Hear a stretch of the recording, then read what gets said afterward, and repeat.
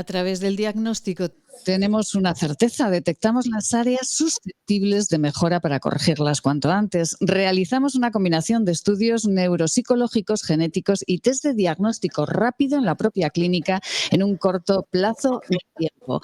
Estas palabras pertenecen a la presentación de una de las clínicas más importantes y más conocidas, donde los neuropediatras y donde los especialistas tratan el cerebro de nuestros hijos. Nos marchamos de nuevo a Pontevedra, nos marchamos a la clínica Amado para conocer un poquito mejor cómo trabaja un neuropediatra y cómo y por qué y hacia dónde caminan las pruebas de diagnóstico. Marta Rodríguez, gerente del Centro Gatea, muy buenos días. Hola, muy buenos días a todos. Muy buenos días, Maite. Hoy, Marta, vamos a tratar con el doctor algo súper importante y es aquello de, ¿por qué nos realizan unas pruebas en el hospital y qué es exactamente lo que ven en esas pruebas nuestros hijos, ¿no? Bueno, por así decirlo, las familias tenemos que vivir dos rutas. Bueno, una ruta azul, como se llama el centro de Alfonso Amado, y después otra ruta que es médica, que es un poquito, pues un calvario para las familias, la verdad, porque entre que no entendemos muy bien por el protocolo médico, pues bueno, nosotros lo habitual es que las familias vayan a un centro psicoeducativo, pues como Gatea o como la Ruta Azul, para que te hagan un diagnóstico diferencial con unas pruebas que son llevaderas en el sentido de que nuestro hijo va a jugar. Y después sí, está todo protocolizado, según protocolos internacionales. Bueno, eso se vive con angustia, pero de una forma más llevadera, en el sentido de que no vemos a nuestro hijo sufrir. ¿Vale? Está allí jugando con un especialista y después, después vienen las preguntas de ¿te acuerdas cuando si señaló o no señaló? Pues no me acuerdo, si es que hace 18 meses. Yo malamente me acuerdo lo que hice ayer, ¿no? Y vas con esa angustia. Pero después en Gatea o en la Ruta Azul te dicen que hay que seguir un protocolo médico, que es hacer pues unos potenciales evocados, que no sabes en lo que es, una resonancia magnética, que no entiendes por qué, un montón de un electroencefalograma, donde habitualmente cualquier niño lo lleva mal, ¿no? Entonces, si no ves muy bien la necesidad de eso, pues bueno, yo creo que merece la pena un podcast completo para explicarnos por qué esa necesidad de seguir ese protocolo, pues bueno, para que las familias vayamos muchísimo más motivadas, porque nuestra motivación es diferencial, de que las madres vayamos o no motivadas y que motivemos a nuestros hijos a hacer esas pruebas, a que no lo hagamos, pues yo creo que minimizamos el sufrimiento y merece la pena. Pues vamos a explicarlo, lo va a explicar mejor el doctor Alfonso Amado Fuentes en la clínica Amado en Pontevedra, porque es verdad que cuando uno sabe dónde va, ya uno está más tranquilo. Doctor Amado, muy buenos días. ¿Qué tal? Buenos días, Maite. Buenos días, Marta. Alfonso, cuando uno sabe dónde va y sobre todo los pequeños y sobre todo los familiares de una persona con TEA, como que todo está más tranquilo, ¿no? Más sereno.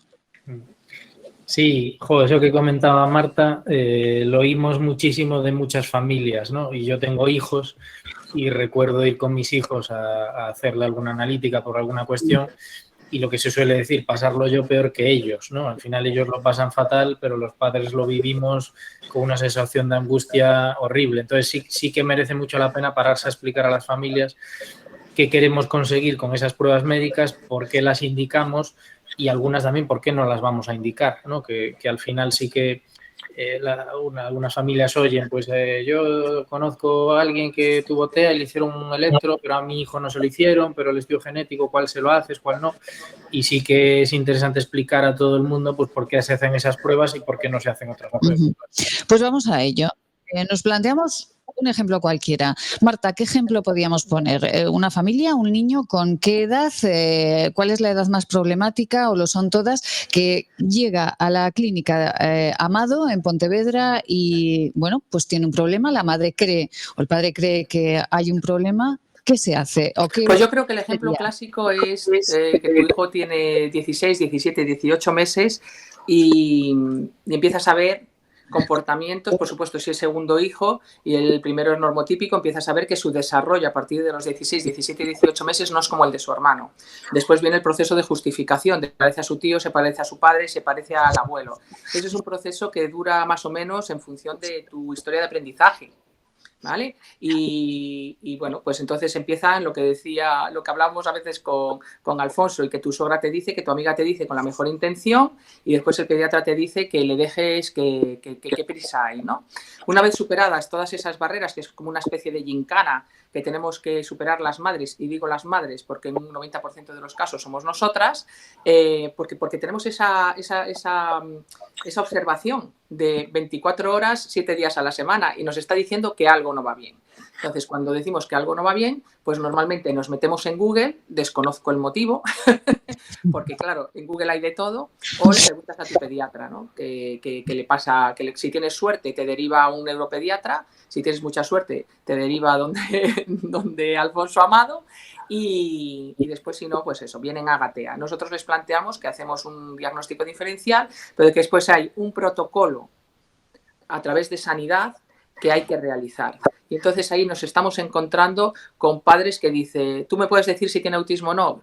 Sí, pero necesitamos descartar muchísimas otras cosas que están pasando a nivel neuronal, y tenemos que hacer, pues bueno, ahora Alfonso lo explicará muchísimo mejor que yo, un array para ver qué componentes genéticos hay y para ver muchísimas cosas. Entonces, bueno, pues merece la pena pararnos aquí para explicar ese protocolo.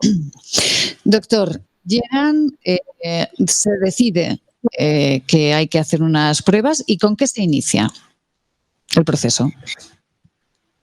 Pues mira, voy a intentar explicarlo lo mejor posible, aunque sea un tema así más o menos complejo, sobre todo para que los padres tengan las certezas de que en sus hijos se está haciendo lo correcto. Nosotros nos fijamos mucho, a mí hay varias cosas que me obsesionaban mucho en la carrera. Una de ellas era, yo tuve una rotación en una UCI de pediatría y lo pasé fatal. Eran niños que estaban muy, muy enfermos, que había que hacerles muchas analíticas, que lo pasaban muy mal. Y eso yo recuerdo que a mí me marcó mucho de cómo puedo yo minimizar las pruebas que se le tienen que hacer a un niño para obtener el máximo de información posible con la mínima intervención.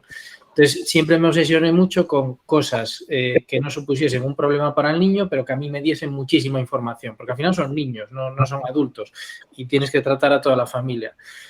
Y nosotros intentamos que sean cosas rápidas, sencillas, de las cuales obtengamos mucha información y que no generen mucho problema al niño. Nosotros generalmente lo que le preguntamos a los papás, independientemente de si tienen el diagnóstico de TEA o no TEA, o es un TEL o lo que sea, qué tal come el niño, qué tal duerme el niño, y hacemos también una encuesta dietética. Entonces, a mí me interesa mucho ver que no tenga ningún déficit carencial. Por ejemplo, niños con TEA, pues solo come macarrones y pizza. Bueno, pues eso es un problema, sobre todo para un cerebro en desarrollo, pues porque a lo mejor tienes el hierro bajo. Entonces, el hierro yo creo que habría que medirlo en todos los niños. No porque les vaya a curar nada, sino porque un déficit carencial puede contribuir a que las cosas no vayan bien. Y eso se puede hacer como se mide el azúcar prácticamente. Luego, algo que hemos incorporado es ver que no sean celíacos. Suelen ser niños que a veces suelen tener ciertos problemas digestivos, y a veces la sintomatología de celiaquía se desarrolla de una manera muy larvada sin tener por qué tener síntomas digestivos. Y luego porque, como bien decía Marta, una vez los padres oyen TEA, van a ir a internet y van a ver cosas raras de que si el gluten, si se lo quito, si mejora el TEA, si lo cura, si no lo cura.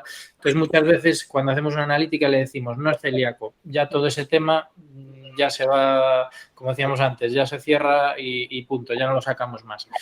Y luego la prueba, una de las pruebas que se solía hacer antes, que es el tema que decía Marta, los potenciales evocados auditivos, ¿no? Ver si el niño oye o no oye. Eso ahora no se tiende a hacer tanto porque realmente hay un cribado neonatal, pues que ve que si los niños oyen o no oyen.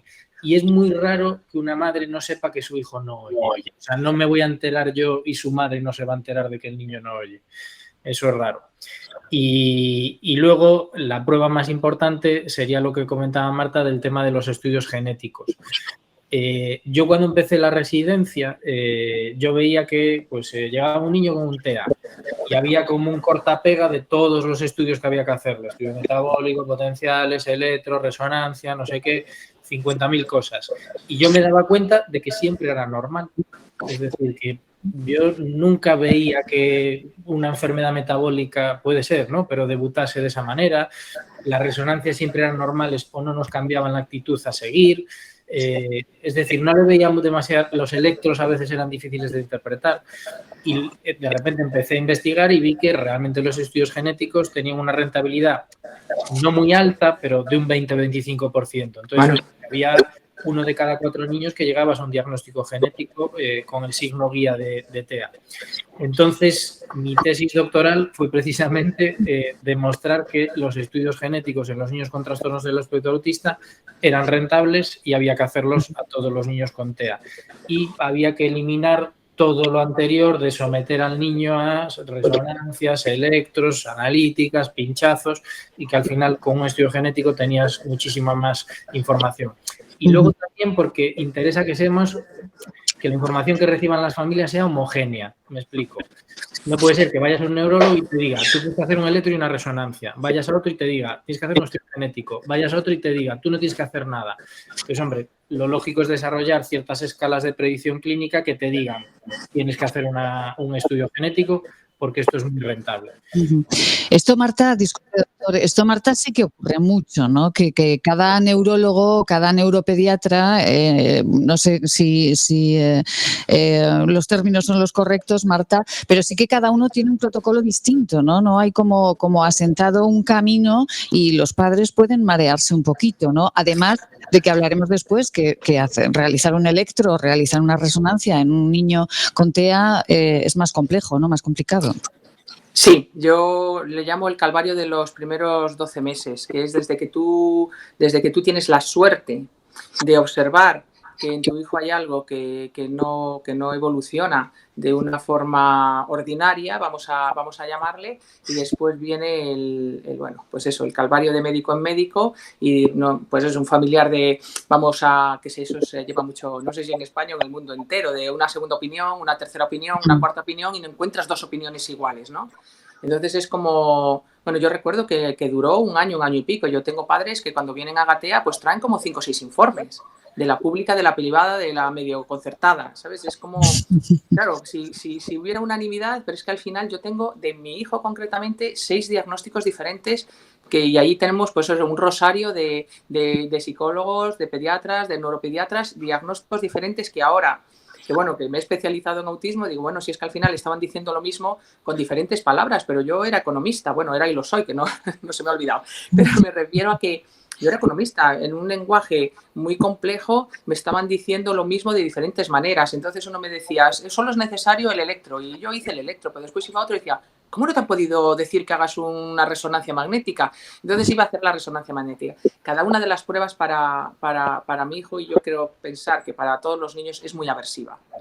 Y sobre todo los que a nivel sensorial tienen una alteración importante, ¿no? Entonces yo estoy muy, muy, muy alineada con Alfonso en pensemos bien qué pruebas, pensemos ver qué queremos ver en esas pruebas, y hay 2 motivos. Una, obviamente, hacer un buen diagnóstico, y hay otra que es ayudar a las familias a entender.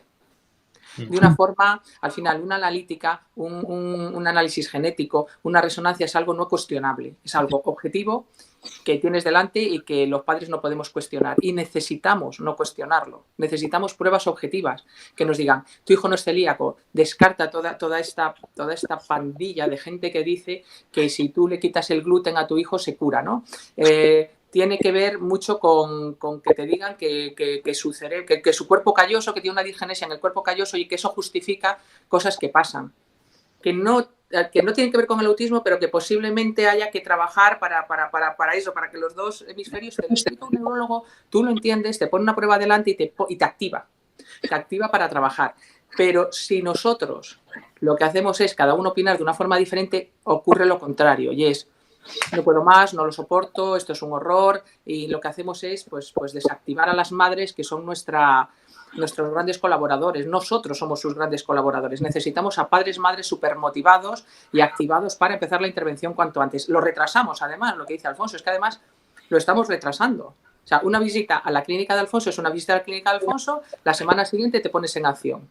Si empiezas con las segundas opiniones y las terceras opiniones, lo retrasas todo un año. Es que estamos empezando intervenciones con niños de 4 años. Hemos perdido un tiempo valiosísimo. Doctor, una resonancia, un electro, en estas pruebas concretamente, ¿qué se ve? en el cerebro. ¿Qué parte del cerebro destaca para decir que un niño tiene TEA? Sí, lo importante es dejar claro que el TEA no tiene un biomarcador, es decir, yo haciendo una resonancia no voy a diagnosticar un TEA, haciendo un estudio genético no voy a diagnosticar un TEA, haciendo un electroencefalograma no voy a diagnosticar un TEA. Lo que me ayuda es ver si hay otras cosas asociadas al TEA que me pueden ayudar a orientar un poquito las intervenciones y luego darles un pronóstico a los padres. Entonces, ¿cuándo hacer una resonancia en un niño con TEA? Generalmente se suele hacer o bien cuando nosotros vemos una alteración en el perímetro craneal, esto es, nosotros pesamos, medimos al niño y le medimos la cabeza y tiene la cabeza excesivamente más grande de lo que le correspondería para la edad o excesivamente más pequeña de lo que le correspondería para la edad. Bueno, pues cuando hay alteraciones del perímetro craneal yo necesito ver lo que está pasando dentro de esa cabeza. Entonces estaría indicado hacer una resonancia cerebral, sobre todo con alteraciones del perímetro craneal, macrocefalias o microcefalias. Si yo veo una alteración en la exploración neurológica, pues en la forma de correr del niño, al sacarle los reflejos o veo manchas, es decir, algo en la exploración neurológica que me llame mucho la atención. Fuera de eso, no se tiende a hacer resonancias cerebrales porque hay que sedar a los niños, requiere una consulta preanestésica, tiene sus riesgos y probablemente no te vayas a encontrar nada que te cambie la forma de actuar. Entonces, solo con alteraciones del perímetro craneal o cuando tú ves algo en la exploración neurológica que te llama la atención. ¿Cuándo hay que hacer un electroencefalograma? Que es ponerle los cables, ¿no?, que decía Marta, y ver un poco cómo es el funcionamiento cerebral. Vuelvo a decir, el autismo no se diagnostica con electroencefalograma, pero tú lo que quieres es descartar condiciones que pueden simular el autismo que puedes detectar en un electroencefalograma. Me explico. Hay algunos tipos de epilepsia que tú no tienes crisis externamente, pero cuando estás dormido tu cerebro está irritado y está descargando todo el rato.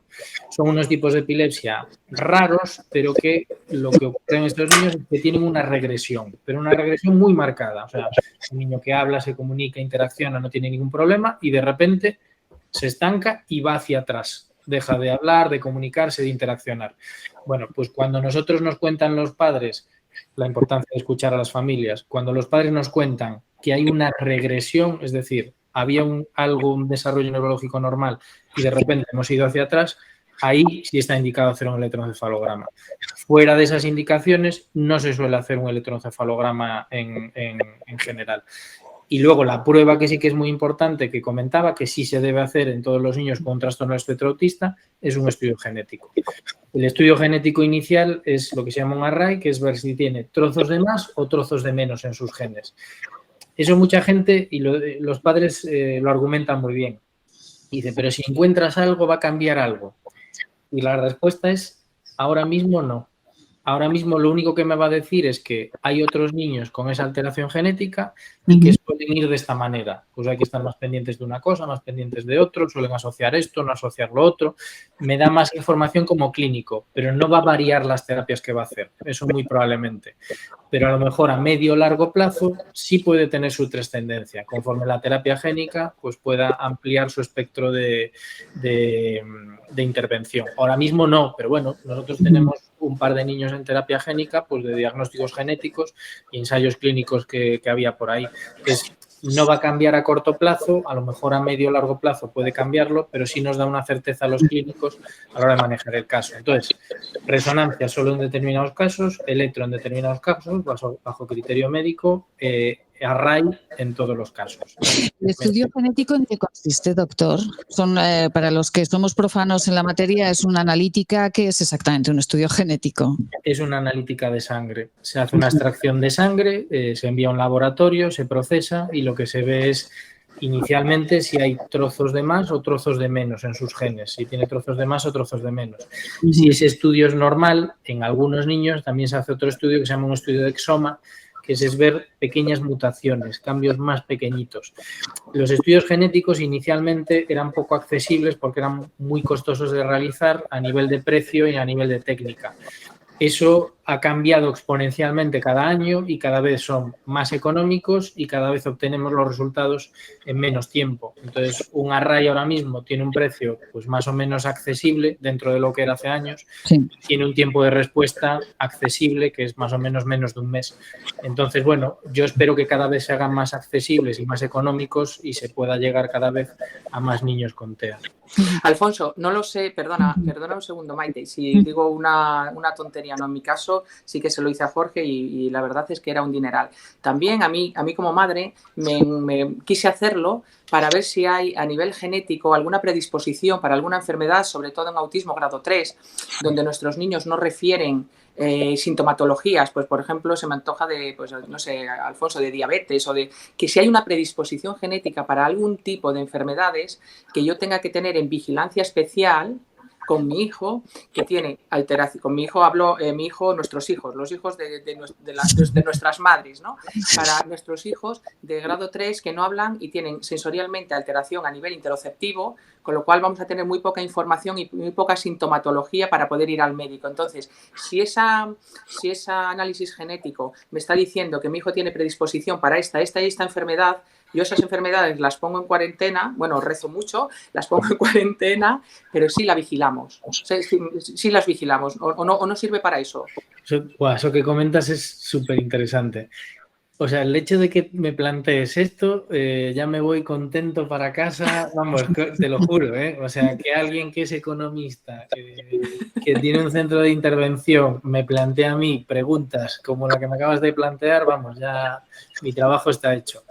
Pues mira, súper interesante eso que comentas. Son dos estudios genéticos distintos. Uno es el Array, que lo que vemos es trozos de más, trozos de menos, enfermedades genéticas que cursan con TEA, y tú lo que cuentas... El nombre es un estudio de SNPs, que eso se puede hacer en saliva, súper importante, con lo cual no necesitas pinchar al niño.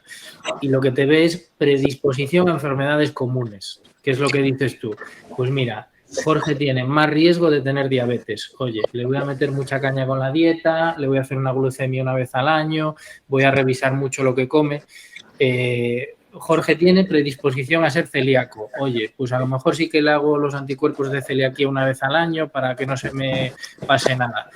Y luego tiene otra parte súper interesante, que es como lo utilizamos nosotros, que es de farmacogenómica, que es qué tratamientos farmacológicos me sientan bien y cuáles me van a sentar fatal.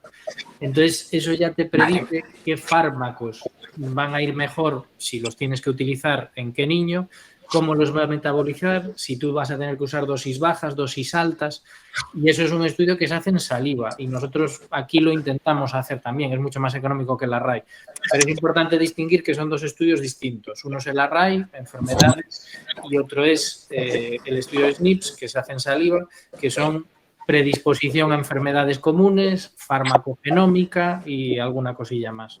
Es que si ocurre... Yo creo que se va a hacer de rutina, probablemente según entres en una consulta, escupir y hacer el estudio, porque da muchísima información. Porque sí ocurre, Alfonso, disculpa otra vez, Maite, que sí ocurre, Alfonso, y eso sí que lo refieren los médicos, según vamos llevando a nuestros niños, que nuestros niños tienen efectos paradójicos en relación a las medicaciones. Es decir, hay unas medicaciones, pero incluso medicaciones psiquiátricas, pero también con paracetamol, con ibuprofeno. Yo, pues eso, no era por intuición, era por observación 24/7, decía, si le duele algo, ibuprofeno, paracetamol no le hace absolutamente nada. Entonces el pediatra te dice, no, porque es que no hay inflamación, ya, va, de acuerdo con todo lo que tú dices, pero es que un paracetamol para él es un vaso de agua. ¿Por qué? Porque por observación. Entonces, al final yo llegué a la conclusión, a prueba-error, que a mi hijo concretamente, y ahora en Gatea, las madres referimos esto no le hace nada y esto que es insignificante. Ejemplo, pues tú puedes poner a un niño con un antipsicótico y es como si se bebiera agua y le das un diazepam, una benzodiazepina y tiene un efecto brutal. No puede ser, es que tú a veces, que es que no puede ser. Yo creo que lo metabolizan de otra manera, ¿no, Alfonso? No lo sé. Gran parte de la mala prensa que tienen los fármacos es precisamente por eso.